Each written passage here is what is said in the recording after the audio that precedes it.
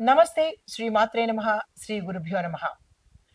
మనకి ఖగోళ శాస్త్రంలో ఎప్పటికప్పుడు గ్రహాలు మారుతూ ఉండడము, ఆ గ్రహాల యొక్క ఫలితాలు దేశ కాలమాన పరిస్థితుల మీద, రాజకీయం మీద, న్యాయ వ్యవస్థ మీద, ఇలాగ దేశం మీద పడుతూ ఉంటుంది. తరువాత మేషాది ద్వాదశ రాశుల మీద అంటే వ్యక్తులకి కూడా ఈ యొక్క గమనాలు ఫలితాన్ని ఇస్తాయి. ఆ ఫలితాలు ఎలా ఉంటాయంటే మిశ్రమ ఫలితాలు. కొంతమందికి మంచిగాను, మరికొంతమందికి చెడుగాను, మరికొంతమందికి శుభాశుభాలు మిశ్రమంగాను ఉండబోతున్నాయి. జూన్ నెలలో గురు అస్తమయ దశలో స్ ఏంటి గురు అస్తమయము, శని తిరోగమనము ఈ 2 మనకి జూన్‌లోనే వచ్చాయి. అయితే ఇందాక మనం చెప్పుకున్నట్టుగా దేశ కాలమాన రాజకీయ న్యాయ వ్యవస్థల్లో, వాతావరణంలో ఎలాంటి మార్పులు సంభవిస్తున్నాయి అని తెలుసుకున్నాము. ఇప్పుడు మేషాది ద్వాదశ రాశుల వారికి ఎలా ఉండబోతోంది అనే అంశంలో తదుపరి రాశి ధనస్సు రాశి. ఈ రాశిలో ఉండే వారికి ఉద్యోగస్తులకు చూసుకున్నట్టయితే కనుక కొత్త ఉద్యోగాలు రావడము, పదోన్నతులు కలగడము, ట్రాన్స్ఫర్స్ రావడము, ప్రమోషన్స్ రావడము, ఆగిపోయినవి తిరిగి మళ్ళా అంటే బకాయిలు కావచ్చు, ఏరియర్స్ కావచ్చు, అవి తిరిగి మళ్ళా వచ్చే అవకాశం కనబడుతోంది. మరికొంతమందికి మిమ్మల్ని తీసేసిన వాళ్ళు తిరిగి మళ్ళా మీరు ఉద్యోగంలో చేరండి అనే వర్తమానాలు కూడా న్యూస్ కూడా వచ్చే అవకాశం ఇక్కడ గోచరిస్తోంది. దీంతో పాటు మీ ప్యాకేజీలు పెంచడము, గత కొన్ని సంవత్సరాలుగా పనిచేస్తున్న వాళ్ళకి బెనిఫిట్స్‌ని ఇచ్చే అవకాశం కూడా ఇక్కడ కనబడుతోంది. ఈ ధనస్సు రాశి వాళ్ళకి గతంలో ఏవైతే బాధలు పడ్డారో, ఆ బాధలన్నీ తీరి సంతోషంగా ఉండే అవకాశము ప్రతి ఉద్యోగికి, ప్రతి రంగంలో ఉన్న వాళ్ళకి వచ్చే అవకాశం కనబడుతోంది. అయితే ఆర్థిక పరంగా చూసుకున్నట్టయితే కనుక ఆదాయము భారీగా పెరిగే అవకాశము, మీరు సంతోషించే అవకాశము, ఏదో రూపాయి, రూ. 2 అని కాకుండా వేలల్లో మీకు పెరిగే అవకాశము ఇక్కడ చాలా ప్రస్ఫుటంగా కనబడుతోంది. దీంతో పాటుగా ఆకస్మిక ఆర్థిక లాభాలు కూడా వచ్చే అవకాశము కనబడుతోంది. ధనపరంగా మీకు ఈ ఈ సమయము బంగారం లాంటిది అని చెప్పొచ్చు. మీరు అప్రయత్నంగానే, మీరు ప్రయత్నం లేకుండానే ధనానికి సంబంధించిన విశేషమైన ఫలితాలు ఈ సమయంలో మీరు అందుకోబోతున్నారు. ధనస్సు రాశిలో ఉన్న ప్రతి ఒక్కరూ కూడా ఉద్యోగస్తులు కాదు, వ్యాపారస్తులు కాదు, పారిశ్రామికంగా ఉన్నవాళ్ళు, రాజకీయ రంగంలో ఉన్నవాళ్ళు, ఇలా ఒక విద్యార్థులు తప్ప మిగతా వారందరికీ కూడా ధనపరంగా రిలేటెడ్ అయిన వాళ్ళందరికీ కూడా ఆకస్మిక ఆర్థిక లాభాలు, ధన ఆదాయ మార్గాలు పెరగడము, విశేషంగా ధనము వచ్చే అవకాశము కనబడుతోంది. అయితే వ్యాపార పరంగా చూసుకున్నట్టయితే కనుక వ్యాపారంలో ఆర్థిక లాభాలు పొందే అవకాశం కనబడుతోంది. గతంలో మీరు చాలా ఇబ్బంది పడి ఉంటారు. నష్టాలతోనూ, కష్టాలతోనూ ఇబ్బంది పడి ఉన్న వాళ్లకు ఈ సమయంలో అవన్నీ తీరిపోయి హాయిగా ఉండేలాగా, ధనముతో ఆ లాభాలతో మీరు ఊపిరి చక్కగా తీసుకునేలాగా, సంతోషించేలాగా అనుగ్రహం కలగబోతోంది. దీన్ని సద్వినియోగం చేసుకునే ప్రయత్నం చేసుకోండి. తరువాత కుటుంబ పరంగా చూసుకున్నట్టయితే కనుక వైవాహిక జీవితము చాలా ఆనందమయంగా ఉండబోతోంది.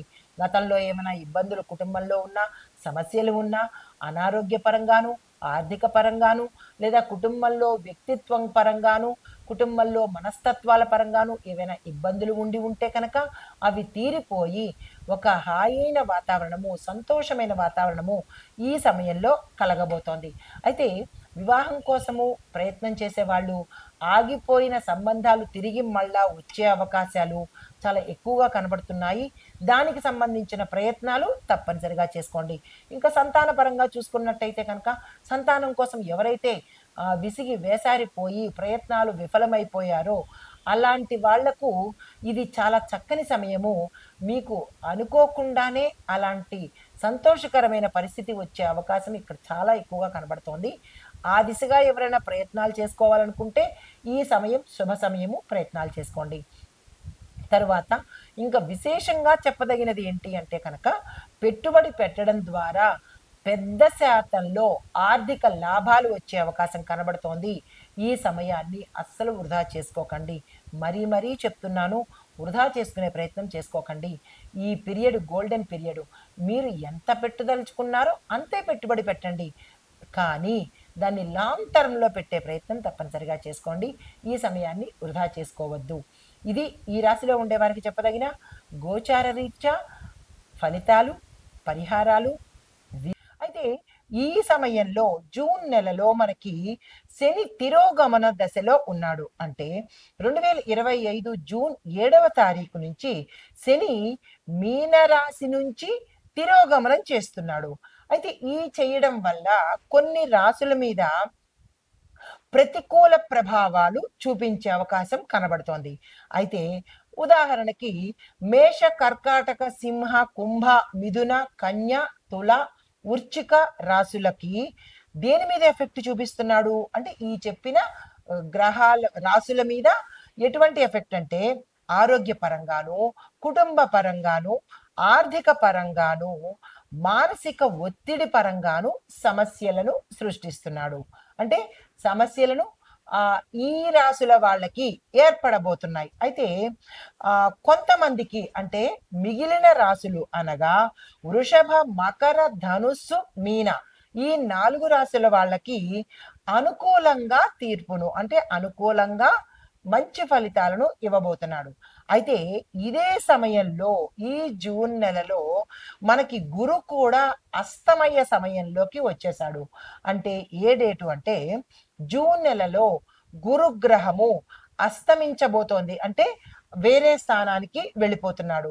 ఇది వైదిక జ్యోతిష్య శాస్త్రంలో శుభప్రదంగా పరిగణించబడదు. అంటే ఈ గురు అస్తమయం అనేది అశుభ సూచన అనేది చెప్పడమైంది. అయితే కొన్ని రాశుల వాళ్లకు ఈ సమయంలో మంచి జరుగుతుంది. ఇప్పుడు ఒకటి ఏ గ్రహమైనా కొంతమందికి మంచి చేస్తాడు, కొంతమందికి చెడు ఫలితాలను ఇస్తాడు. 3 వర్గాలుగా అన్నమాట. 3వ వర్గానికి మిశ్రమ ఫలితాలను ఇస్తారు. ప్రతి ఒక్కళ్ళకి మంచి చేయడు, ప్రతి ఒక్కళ్ళకి చెడే చేయడు, ప్రతి ఒక్కళ్ళకి మిశ్రమమే ఇవ్వడు. ఇలాగా వారి వారి కర్మానుసారము వ్యక్తిగత జాతకంలో ఆ జాతకుడు చేసుకున్న కర్మను బట్టి ఏ గ్రహమైనా శుభాశుభ ఫలితాలను ఇస్తాడు. మరి కొంతమంది అనుకోవచ్చు, నాకు ఎప్పుడూ ఇబ్బందులే ఉంటున్నాయి, ఎప్పుడూ కష్టాలే ఉంటున్నాయి అంటే అది గ్రహాల తప్పో లేకపోతే దైవం తప్పో కాదు. ఆ వ్యక్తి గత జన్మ కర్మానుసారము ఏ గ్రహము ఎక్కడెక్కడ సంచారం చేసి ఎంత మాత్రము ఫలితం ఇవ్వాలో ఆ జీవి చేసుకున్న పుణ్యానికి ఎంత మాత్రం ఫలితాన్ని ఇవ్వాలి, చేసుకున్న పాపానికి ఎంత శాతం కష్టం ఇవ్వాలి అనేది గ్రహాలు నిర్ణయించబడతాయి తప్ప మరొక అంటే దైవము చేసింది కాదు, ఎవరు చేసింది కాదు. ఇక్కడ ప్రత్యేకంగా ప్రతి ఒక్కళ్ళు గుర్తుపెట్టుకోవాల్సింది మీరు చేసిన కర్మానుసారమే అది మంచైనా చెడైనా గ్రహాలు మనకి అందిస్తాయి. కాబట్టి ఇక నుంచైనా గుర్తెరిగి మంచి చేసే ప్రయత్నం తప్పనిసరిగా చేసుకోండి. అయితే ప్రతి రాశి మీద ఈ గ్రహాల యొక్క ప్రభావము వేరువేరుగా ఉంటుంది. ఇక్కడ ఉదాహరణకి మేషరాశి వారికి చూసుకున్నట్టయితే కుటుంబంలో వివాదాలు, ఆర్థిక పరంగా జాగ్రత్తగా ఉండవలసిన స్థితి. వృషభ రాశి వారికి వ్యాపార